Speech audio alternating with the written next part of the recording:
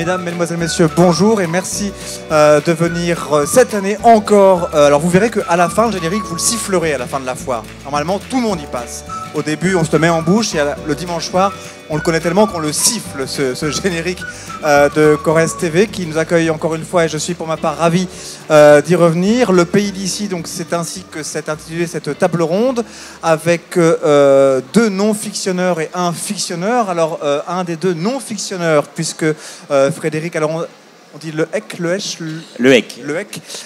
Vous êtes, vous, un local de l'étape et vous êtes, selon mes informations, professeur agrégé d'histoire-géographie dans un lycée ici qui s'appelle le lycée d'Arsonval.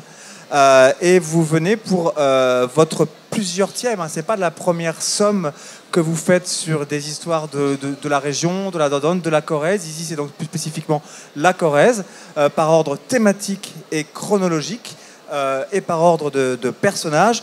On va donc revoir tout ça avec vous. À votre droite, pardon, non, à votre droite c'est moi, à votre gauche, c'est posé. Alors, vous venez ici avec votre casquette de romancier, mais vous êtes ou avez été policier en activité. Je sais pas oui, si vous l'êtes je le suis encore. toujours, oui. Toujours. Mais j'ai tombé la tenue là. Oui.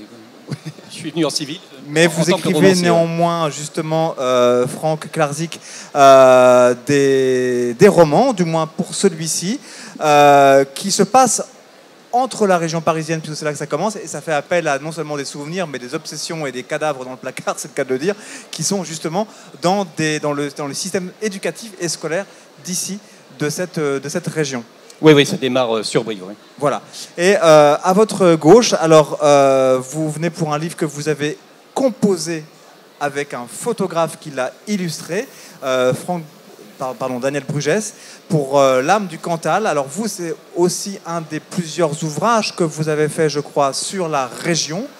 Oui, ici, tout à fait. Oui. Voilà, ici, la région du Cantal est divisée en plusieurs districts et vous, justement, vous voyagez en images, en âme, en saveurs et en souvenirs et en histoire des sols et des hommes, justement, à travers l'histoire géo aussi de cette région. Alors je voulais commencer justement par le « Il était une fois » de notre débat, même si c'est avec cette casquette que vous venez nous voir, Franck Klarzik, mais on a bien compris que ce n'était pas la seule que vous aviez dans votre musette de casquettes. Alors justement, d'où ma question, on est habitué, alors avec les Olivier Marchal, on y pense parce qu'un film de lui sort dans pas longtemps, avec les Hugues Pagan, qui est un des grands poètes du polar français, avec Olivier Norek, qui est ici cette année, et donc vous, que des flics de terrain, quel que soit leur grade et quelle que soit leur brigade, passe un moment à la plume, mais vous, qu'est-ce qui fait que vous êtes passé à la plume de la fiction pour, à ma connaissance, des fictions qui concernent uniquement, justement, la région et les faits divers dans la région?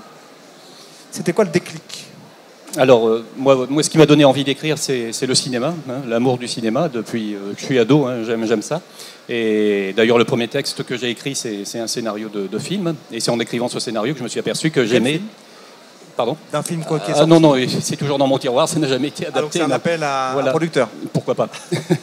et donc, en écrivant cette histoire, je me suis aperçu que j'aimais inventer des histoires, des personnages, des situations. Et c'est vrai que je me suis, là, dernièrement spécialisé dans les thrillers. J'aime l'ambiance des thrillers stressantes, et c'est vrai que maintenant que je suis policier, ça me permet aussi donc d'extérioriser un peu ce que je vis, quoi, sans vraiment relater des histoires réelles, parce que ce sont vraiment des fictions. Ce troisième bouquin là, comme les deux premiers, voilà, je me sers quand même de mon vécu. Mort point final, je dis le titre. Mort point final. Donc l'histoire d'un professeur de lycée, un lycée de Brive en l'occurrence, voilà. Qui est en burn-out. Bon, c'est vrai que c'est d'actualité. Malheureusement, ça existe depuis un moment, et qui décide de prendre en otage sa classe. Et puis, donc ça se finit en drame, parce qu'il leur impose une dictée, d'où le titre, Mort point final, avec des règles un peu particulières. Et donc, à l'issue de ce drame, une enquête. Quelques années plus tard, une enquête qui découle directement de ce drame. Et l'enquête se déroule en région parisienne. La suite de l'histoire, c'est la région parisienne. Il y a un fond d'attentat aussi, alors mine de rien. Il y a ça aussi, voilà, c'est ça, oui. 2 ans après le 13 novembre 2015, on y voilà, pense. Et bon, voilà, alors là, je vis maintenant dans la région, donc voilà, d'où la situation du début de l'histoire à Brive. Alors je vais vous poser la même question, Frédéric Lehec, mais alors pas avec la casquette du fictionneur, puisque à ma connaissance, à ce jour, vous n'en avez pas encore publié. Le professeur que vous êtes, l'enseignant, la transmission, vous la voyez comme ça, par l'éducation et par la pédagogie.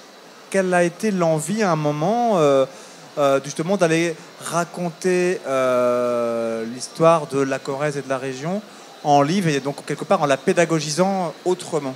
Oui, mais vous êtes tout à fait dans le vrai, c'est-à-dire que moi ce qui m'intéresse c'est de pouvoir transmettre le peu de choses que je connais de l'histoire de la Corrèze à l'ensemble des Corréziens. Il me semble que les Corréziens, comme d'autres d'ailleurs, sont intéressés par leur histoire. Ils ne la connaissent pas forcément très bien. Elle n'est pas forcément accessible parce que même s'il y a de la recherche, elle est souvent très très éclatée. Elle reste souvent dans des milieux de spécialistes. Et là, je crois que c'est mon côté prof qui a repris le dessus. Et j'ai envie de partager et d'expliquer le plus clairement possible l'histoire du territoire à ses habitants. Même question pour vous, Daniel Burgess, même si, à ma connaissance, à chaque fois, ce sont des livres avec un illustrateur, un photographe Non, alors non, pas nécessairement. Donc cet ouvrage, L'âme du Cantal, qui est publié par les éditions de Boré, donc est mon 27e ouvrage. Alors ma petite caractéristique, c'est que je suis auteur et illustrateur, mais parfois le côté illustrateur reste dans les tiroirs et je travaille donc soit avec des photographes, soit avec d'autres personnes. Et c'est le cas donc pour cet ouvrage où j'ai travaillé avec Mathieu Chessel, qui est un jeune photographe du Cantal, passionné par l'humain. Et ce que nous avons essayé de faire, c'est de rendre le côté sensible, l'âme sensible du Cantal. On sait qu'il y a beaucoup d'ouvrages touristiques sur ce département. C'est un département qui est relativement authentique. Et nous, notre approche est complètement différente. C'est-à-dire, nous sommes allés sur l'authenticité de ce département. Nous avons fui les routes traversières, les routes très touristiques, pour aller au cœur des villages et surtout tout près des gens, les gens de chez nous, ces gens qui sont ancrés dans cette terre, dans ce terroir du Cantal. Et bon, nous espérons y être parvenus. Je ne sais pas si on y est parvenu, mais c'était avant tout un livre d'ambiance, un livre de sensations et de sensibilité. Le travail de terrain a duré 2 ans, si j'ai bien lu. Oui, tout à fait, oui. Pour arpenter les 13 districts justement que vous avez, par lesquels vous avez disposé, et on en a la carte au tout début du livre. Le long de ces 2 ans, vous tombez aussi bien sur des histoires anciennes, des légendes, un peu du domaine de la croyance que vous cartographiez aussi, la nature, le vivant, les décors, la pierre, les hommes, etc. Qu'est-ce que vous avez, parce que donc du coup vous dites c'était votre 17e ou 47e 27e. Pardon, entre les deux, 27e. Qu'est-ce que vous avez découvert le long de ces 2 ans de travail que vous ne saviez pas, vous, avec vos 26 ouvrages d'avant, qu'est-ce que vous avez découvert que vous ne saviez pas déjà? Alors si, par petite précision, moi je suis du Cantal, ancré là, j'ai toujours travaillé dans le Cantal, donc je pense être vraiment relativement proche des gens. Je suis fils de paysan comme beaucoup de personnes parmi nous. Et toujours attaché à ce terroir. Alors, qu'est-ce que j'ai découvert de nouveau? Parce que c'est vrai qu'au bout de 27 livres, on pourrait se dire, ils répètent toujours les mêmes choses.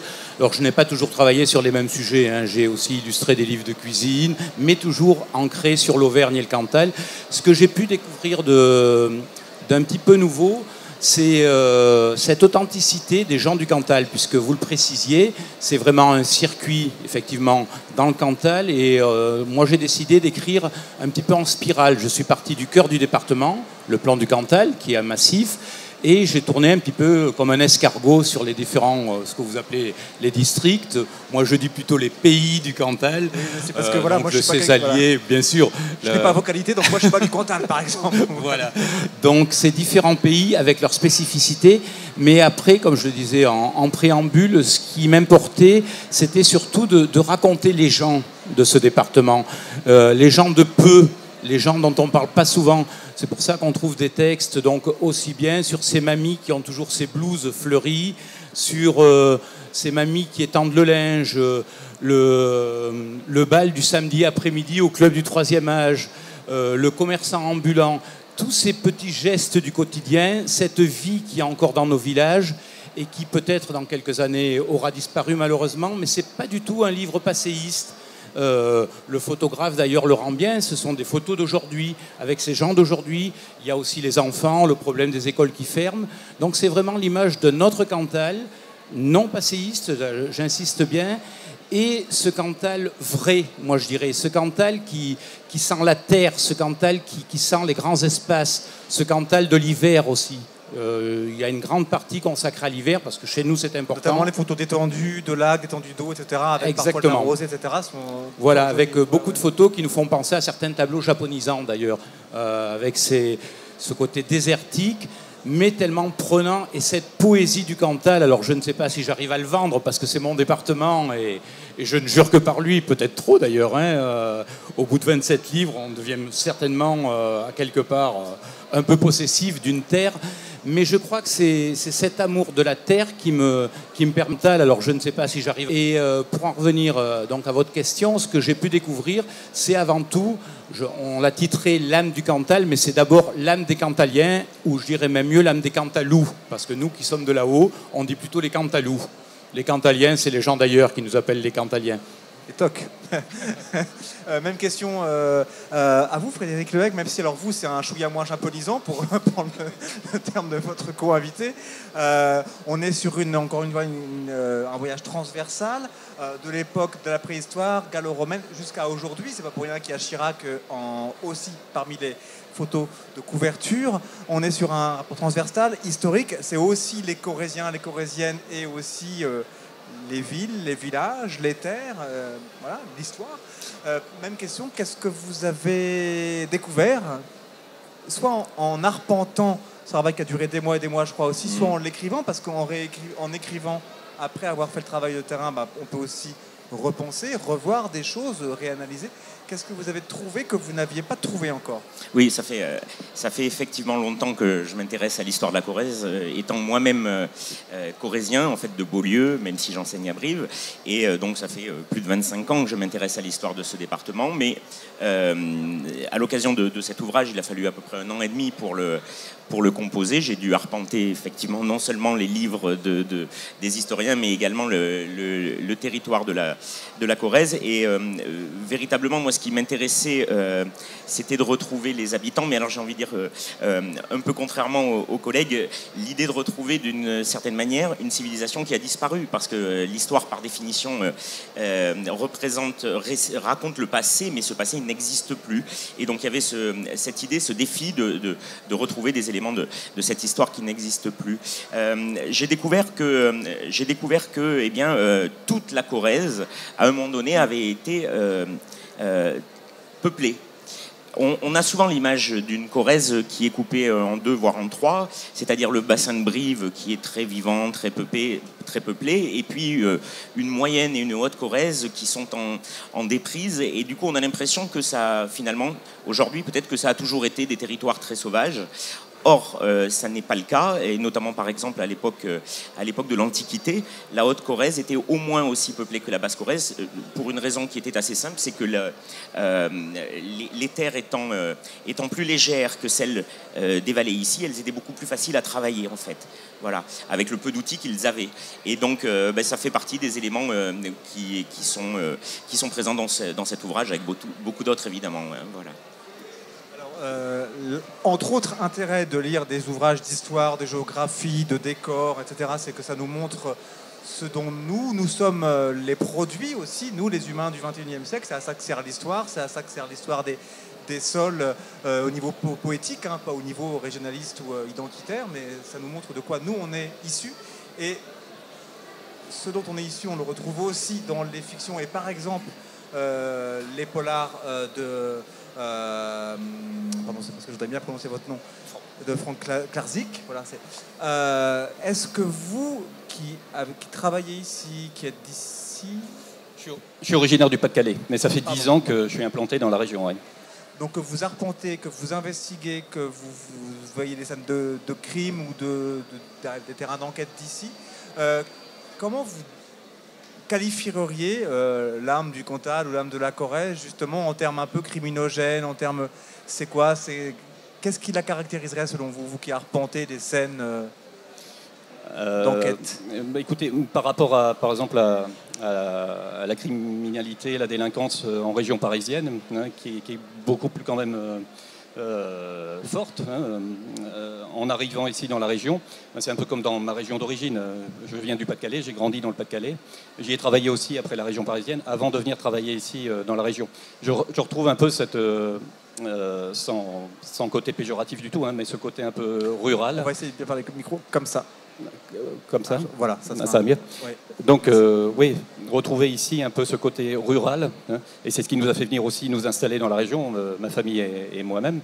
Un côté qu'on aime, s'éloigner des grosses agglomérations, je vais dire, donc parisiennes ou lilloises.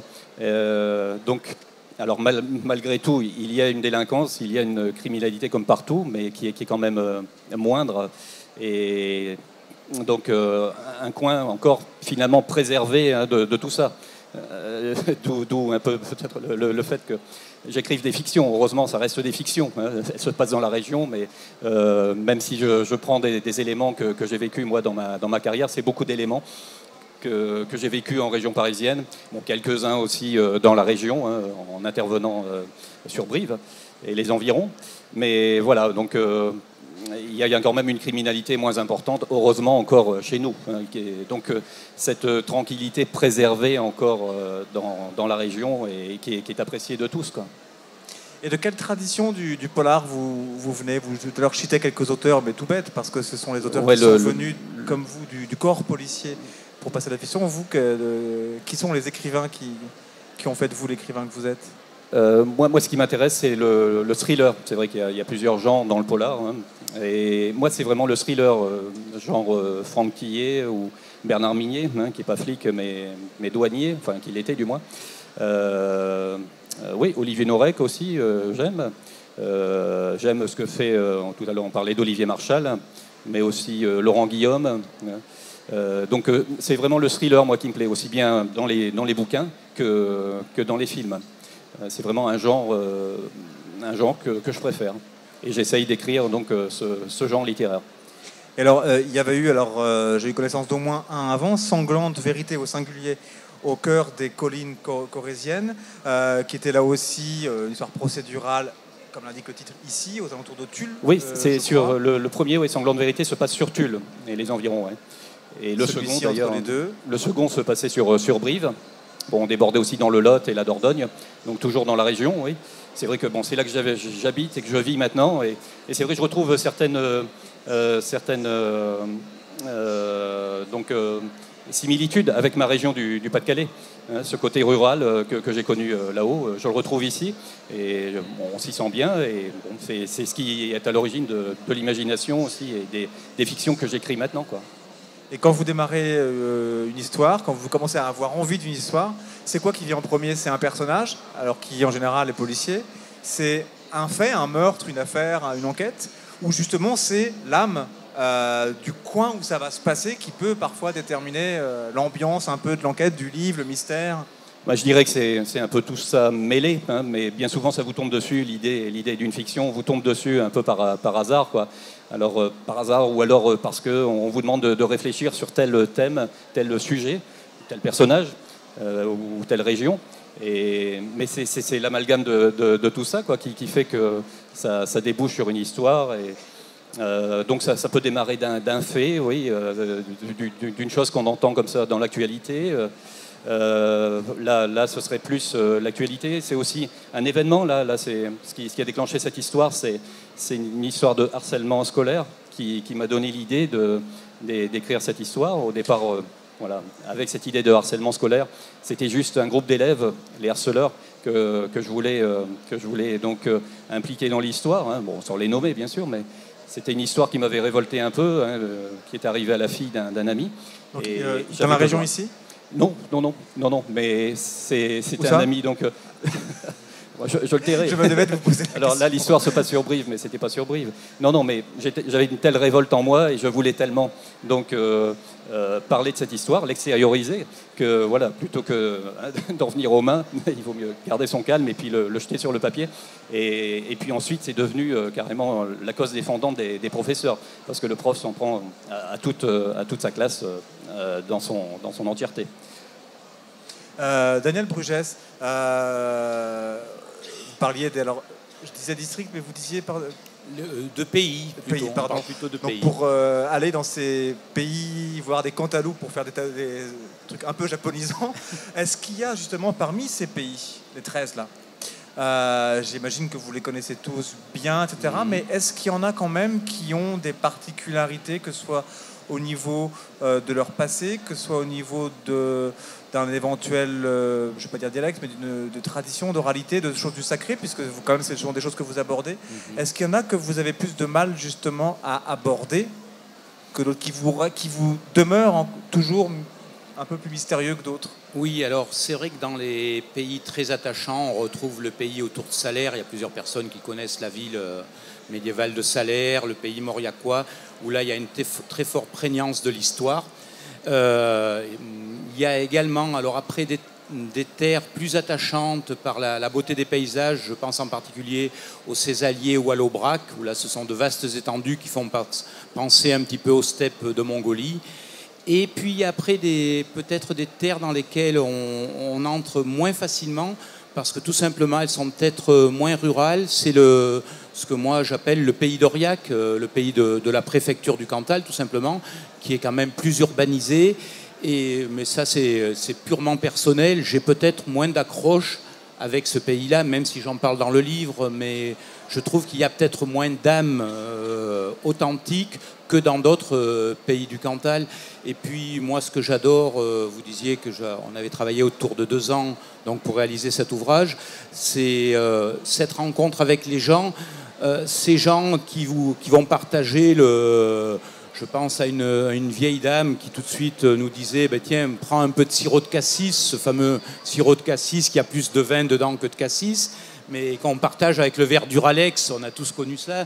Et c'est ça l'âme du Cantal aussi, et c'est ces terres que j'aime. Je pense aussi à un monsieur sur le plateau du Césalier qui me disait, alors j'avais trouvé cette philosophie remarquable, qui me disait toujours: moi, ma grand-mère, elle parlait tellement que quand elle disait rien, on avait quand même l'impression qu'elle parlait. Donc, vous voyez cette philosophie de la vie, et c'est ce que j'ai essayé de retranscrire là. Donc, c'est ces terres que j'aime, et peut-être moins le côté urbain. Il y a des spécialistes du côté urbain. Non, moi, je suis plus sur ces gens vraiment de la campagne. Le Cantal, comme on dit maintenant, et je trouve très péjoratif, le Cantal rural, ce Cantal profond qui n'est pas profond pour dessous. Ce sont des terres ouvertes comme ailleurs. Bon, j'appelle ça l'âme du Cantal, mais on pourrait aussi appeler ça, je pense, l'âme de la Corrèze ou l'âme de l'Aveyron. C'est tous ces départements à dominante rurale, même si la Corrèze, il y a des exceptions. Mon collègue en parlerait mieux que moi, avec des villes plus conséquentes que dans le Cantal. Mais on le retrouve dans bon nombre de départements français. Est-ce que pour votre étude, Frédéric Lehec, il y a pour la préhistoire, l'époque gallo-romaine, etc., bon, il y a des archives, il y a en plus vous êtes professeur, voilà, mais j'imagine que vous avez voulu aussi trouver ce que nous on qualifierait des scoops, par exemple, donc il y a peut-être des archives auxquelles vous avez accès et auxquelles nous, le commun des mortels, on n'a pas accès. Et pour l'époque plus contemporaine, est-ce qu'il y a justement des domaines, qu'ils soient politiques, cadastraux ou je ne sais quoi, qui vous ont plus posé des problèmes justement dans vos enquêtes? Alors il y a toujours des périodes qui sont assez délicates à élucider, à discerner quand on veut être le plus distancié possible. Pour ce qui est de la Corrèze, il y a une période qui reste très très difficile, c'est la Seconde Guerre mondiale. La période de la Seconde Guerre mondiale en Corrèze, c'est une période à laquelle se sont frottés pas mal d'historiens corréziens. Certains s'y sont même parfois un peu brûlés les ailes quand ils ont tendance un tout petit peu à ne pas aller dans le sens du vent. L'affaire de Tulle en est un exemple, par exemple. L'affaire de Tulle, les pendaisons de Tulle, qui est un drame terrible, a cristallisé vraiment les passions. Et c'est encore difficile aujourd'hui, 70 ans après, d'essayer d'aborder cette question-là de manière, on va dire, un peu sereine et distanciée, parce qu'il y a des mémoires qui se transmettent de famille en famille, et lorsque des historiens ont tendance à remettre en cause une vision établie, c'est parfois difficile à accepter. Voilà, donc c'est vraiment une période délicate. Et puis, pour ce qui est toujours de la Seconde Guerre mondiale, en Corrèze, j'ai envie de dire que la mémoire résistante a écrasé un peu toutes les autres mémoires, et il se trouve que depuis quand même quelques années maintenant, il y a des historiens souvent locaux qui ont commencé à travailler par exemple sur la mémoire des Juifs en Corrèze, parce que on a pendant longtemps dit ben non, il n'y avait pas de Juifs en Corrèze. Alors c'est vrai qu'avant la guerre, il y avait peu de Juifs en Corrèze, ne serait-ce que par exemple à Brive, il y avait une quinzaine de familles juives installées souvent depuis longtemps, qui étaient essentiellement des commerçants, quelques familles aussi à Tulle, sauf que pendant l'exode et ensuite pendant toute la durée de la guerre, ce sont plus de 2000 Juifs qui sont venus essayer de se réfugier en Corrèze. Et certains ont été effectivement sauvés par des Corréziens, mais d'autres ont été dénoncés et d'autres ont été déportés, plusieurs centaines. Et ça, pendant longtemps, eh bien, on n'en a pas parlé parce que c'était pas l'histoire dominante. Voilà. Donc ça fait partie des choses que j'essaie de faire découvrir dans cet ouvrage, en étant toujours assez, je vais dire, prudent. Mon but n'étant pas de froisser qui que ce soit, évidemment, mais si on peut petit à petit arriver à s'approcher de la réalité des faits. Voilà. Je vais poser une question alors qui va peut-être vous paraître un peu naïve, mais Jacques Chirac est un des photographiés qui est en couverture de votre livre. Il se trouve que le département de la Corrèze a eu dans la Ve République deux présidents qui sont plus ou moins issus de la Corrèze. Et après, les questions de parachutage, machin et tout, mais l'histoire et les découpages électoraux de la France, de la République française et donc aussi de la Corrèze ont généré 2 présidents élus sous la Ve. Ce genre d'événement-là, il n'y a pas beaucoup de départements en France, je crois même qu'il n'y en a pas d'autres qui peuvent dire ça. Est-ce que c'est justement un peu, ça va être un peu des arbres qui vont cacher la forêt, ça va permettre, ce sont des êtres suffisamment grands dans la mémoire pour justement ne pas qu'on aille chercher derrière, ou alors justement est-ce que ça rend plus facile justement les enquêtes historiques pour un historien ou un professeur d'histoire d'avoir eu 2 présidents? Oui, alors effectivement, dans Libération il y a quelques années, ils avaient titré un article « La Corrèze, terroir à président », effectivement, puisqu'on a 2 présidents sous la Ve, et si on élargit un tout petit peu, le Massif central, c'est 4 présidents. 4 présidents sous la Ve République, auxquels il faut rajouter donc Pompidou et Giscard. Donc on a notre centre et notre léger sud-ouest, on a apporté pas mal de présidents. Bon, les Corréziens sont des gens de bon sens. À mon sens, c'est ce que j'ai aussi un peu trouvé en construisant ce livre, pas très idéologique. Bien sûr qu'il y a des gens qui ont été marqués par le communisme, d'autres par le radical-socialisme, mais globalement, les Corréziens, ils ont besoin d'efficacité parce que leur territoire n'est pas un territoire facile et que ce territoire, il méritait d'être développé, d'être désenclavé, et il se trouve que d'avoir des présidents, ma foi, c'est toujours mieux que de ne pas en avoir. Ce qui explique, oui, il y a cette efficacité. Je conclue un peu là-dessus sur mon livre, quand on demande on parle aux Corréziens d'idéologie, ils répondent efficacité et bon sens. Alors certains y verront une forme d'opportunisme, mais on est dans un territoire qui n'était pas facile, et effectivement les présidents successifs, effectivement, dans le cas de François Hollande, il est très clairement parachuté. Chirac, c'est pas du tout la même chose, puisque Chirac a des origines vraiment ancrées en Corrèze, notamment son grand-père et son père sont nés à Beaulieu, c'est dans le sud, c'est chez moi, donc un peu de chauvinisme aussi, tant qu'on y est. Mais les deux, ils ont défendu la Corrèze, ils l'ont aidé à se développer. Et voilà, donc il y en a un qui est plutôt marqué à droite, l'autre plutôt marqué à gauche. Ma foi, les Corréziens, ils vont dire « et alors ?» Voilà. Et d'ailleurs, j'ai terminé mon livre, j'ai juste rajouté, avant qu'on boucle, juste quelques lignes sur les élections présidentielles de 2017. Et notamment, il y a un fait qui m'a beaucoup marqué. Moi, ce sont les primaires. Les primaires à droite. Un des 2 seuls départements français qui a voté majoritairement Alain Juppé, c'est la Corrèze. L'autre, c'est la Gironde. Logique, il est maire de Bordeaux. La Corrèze. Et quand on regarde les primaires de la gauche, certes, Benoît Hamon a eu une toute petite majorité en Corrèze, mais la Corrèze est un des 10 départements qui a voté le plus pour Manuel Valls. Alors comment analyser ça? Moi, je me dis quand même que les Corréziens, ils cherchaient les héritiers. Juppé était l'héritier quasiment direct de Chirac. Valls, un héritier peut-être un petit peu turbulent, mais enfin un héritier quand même de François Hollande. Et je pense que les Corréziens sont attachés à cette idée-là qu'on pouvait toujours gouverner un peu au centre. Emmanuel Macron a fait un très bon score en Corrèze, largement supérieur à la moyenne nationale. Voilà, donc histoire de la Corrèze, un territoire et ses habitants de la préhistoire au début du XXIe siècle. Mort, point final.